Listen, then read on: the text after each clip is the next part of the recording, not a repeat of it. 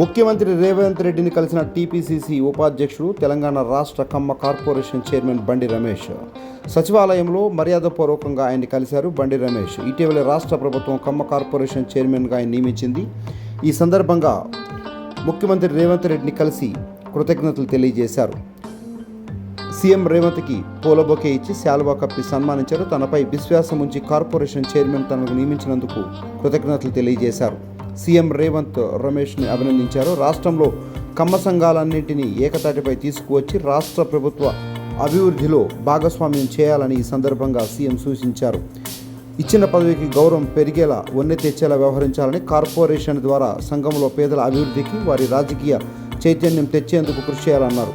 పేద ప్రజల అభివృద్ధికి సంక్షేమానికి ప్రభుత్వం ప్రతిష్టాత్మకంగా చేపడుతున్న కార్యక్రమాలు ప్రజల్లోకి తీసుకెళ్లేందుకు అటు కార్యక్రమాలను ఇటు కార్పొరేషన్కు చెందిన ఆయా సంఘాల సభ్యులకు సమన్వయం చేస్తూ ముందుకెళ్లాలని సీఎం సూచించినట్లు సమాచారం. రమేష్ ఈ సందర్భంగా పేర్కొన్నారు. కార్యక్రమంలో Kamma corporation deputy chairman Parchuri Murali తదితరులు పాల్గొన్నారు.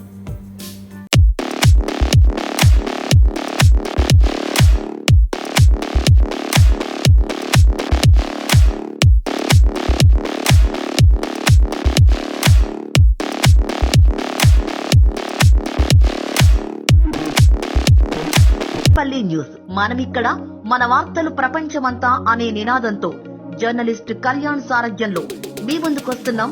సబ్స్క్రైబ్ చేసుకుని ఆశీర్వదించండి.